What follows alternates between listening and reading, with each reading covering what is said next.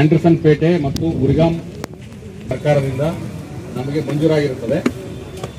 ಈ ಒಂದು ಕಾರ್ಯಕ್ರಮದಲ್ಲಿ ಶಿಲಾನ್ಯಾಸ ಕಾರ್ಯಕ್ರಮಕ್ಕೆ ಬರಬೇಕು ಅಂತ ನಾವು ಕೇಳ್ಕೊಂಡಾಗ ಮೇಡಮ್ ನಮ್ಮ ಕೆಜಿಎಫ್ ಶಾಸಕರಾದ madam doctor Roopakala Shashidhar madam ಅವರು ಇಲ್ಲಿನ ಬಂದು ಅವರ ಶುಭ ಹಸ್ತದಿಂದ ಈ ಒಂದು ಭೂಮಿ ಪೂಜೆ ಕಾರ್ಯಕ್ರಮನ ನಮಗೆಲ್ಲ ನೆರವೇರಿಸಿದ್ದಾರೆ. ಪ್ರಪ್ರಥಮವಾಗಿ ಇಲ್ಲಿ ನೆರೆದಿರ್ತಕ್ಕಂಥ ನಮ್ಮ ಎಲ್ಲ ಪೊಲೀಸ್ ಇಲಾಖೆಯ ಅಧಿಕಾರಿಗಳು ಮತ್ತು ಸಿಬ್ಬಂದಿಯವರು ಮತ್ತು ಇಲ್ಲಿರ್ತಕ್ಕಂಥ ಎಲ್ಲ ಸಮಸ್ತ ಇಲ್ಲಿ ನಾಗರಿಕರ ಪರವಾಗಿ ಮೇಡಮ್ ಅವರಿಗೆ ತುಂಬ ಹೃದಯದ ಧನ್ಯವಾದ ಮತ್ತು ಅಭಿನಂದನೆ ಸಲ್ಲಿಸಲು ಇಷ್ಟಪಡ್ತಾರೆ. ನಾವು ಪ್ರತಿಯೊಂದು ಸಂದರ್ಭದಲ್ಲೂ ಸಹಿತ ಮೇಡಮ್ ಅವರು ನಮಗೆ ಈ ಒಂದು ಸಂದರ್ಭದಲ್ಲಿ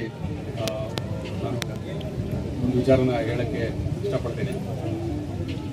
ನಮಗೆ ಒಂದು ಕಳೆದ ಸಲ ನಮ್ಮ ಮಾನ್ಯ ಗೃಹ ಸಚಿವರು ಕೆಜಿಎಫ್ ಜಿಲ್ಲೆಗೆ ಭೇಟಿ ನೀಡಿದ ಸಂದರ್ಭದಲ್ಲಿ ಮೇಡಮ್ ಅವರು ಆ ಸಂದರ್ಭದಲ್ಲಿ ಹಾಜರಿದ್ದು ಇಲ್ಲಿ ಒಂದು ಟ್ರೈನಿಂಗ್ ಸೆಂಟರ್ ಬೇಕು ನಮಗೆ ಕೆಜಿಎಫ್ನಲ್ಲಿ ಇರ್ತಕ್ಕಂಥ ಯುವಕರಿಗೆ ಒಂದು ತರಬೇತಿ ಕೊಡಲಿಕ್ಕೆ ಅವಕಾಶ ಆಗಲಿಕ್ಕೆ ಬೇಕಾದಂಥ ಒಂದು ಟ್ರೈನಿಂಗ್ ಸೆಂಟರ್ನ ಮಾಡಬೇಕು ಅಂತ ಮಾನ್ಯ ಗೃಹ ಸಚಿವರಲ್ಲಿ ಮೇಡಮ್ ಅವರು ಒಂದು ಮನವಿಯನ್ನು ಮಾಡಿಕೊಡ್ತಾರೆ.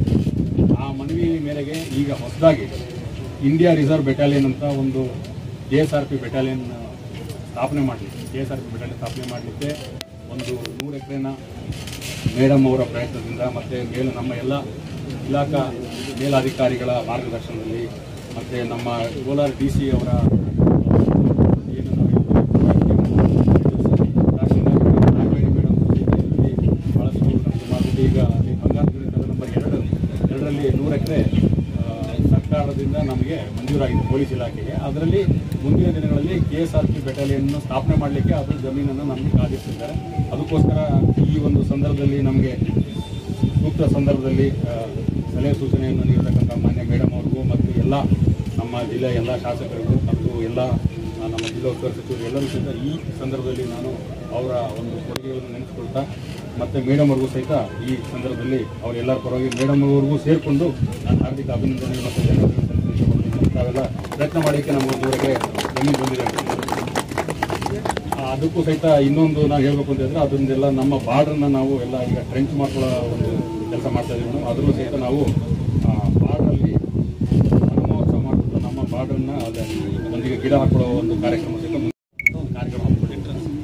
ಈ ಸಂದರ್ಭದಲ್ಲಿ ಇಲ್ಲಿ ಆಂಡರ್ಸನ್ ಪೇಟೆ ಪೊಲೀಸ್ ಸ್ಟೇಷನ್ನಲ್ಲಿ ಬರ್ತಕ್ಕಂಥ 12 ಕ್ವಾರ್ಟರ್ಸು ಮತ್ತು ಗುರಿಗಾಂ ಪೊಲೀಸ್ ಸ್ಟೇಷನ್ ಬರ್ತಕ್ಕಂಥ 12 ಕ್ವಾರ್ಟರ್ಸ್ಗಳ ಒಂದು ಅದ್ರ ಬಗ್ಗೆ ಒಂದು ಮೂಲಭೂತ ಮಾಹಿತಿ ಕೊಡಬಹುದಾದರೆ ಇದು ಎಲ್ಲ G+2 ಅಂತ ಬರ್ತದೆ. 4 ಕ್ವಾರ್ಟರ್ಸು, 4 ಪ್ರತಿ ಫ್ಲೋರಿಗೆ 4 ಅಂತ 12 ಕ್ವಾರ್ಟರ್ಸ್ ಬರ್ತದೆ. ಅದೇ ಥರ ಅಲ್ಲೂ ಸಹಿತ 12 ಕ್ವಾರ್ಟರ್ಸ್ ಬರ್ತದೆ. ಇದು 24 ಕ್ವಾರ್ಟರ್ಸ್ಗೆ ಕರ್ನಾಟಕ ರಾಜ್ಯ ಪೊಲೀಸ್ ವಸತಿ ಮತ್ತು ಮೂಲಭೂತ ಸೌಕರ್ಯ ಅಭಿವೃದ್ಧಿ ನಿಗಮ ಅವರ ವತಿಯಿಂದ ಇದು ಒಂದು ಕಟ್ಟಡಗಳ ನಿರ್ಮಾಣ ಕಾರ್ಯಕ್ರಮ ನಡೀತಾ ಇದೆ. ಅವರು ಅದನ್ನು ಟೆಂಡರ್ ಆಗಿದೆ.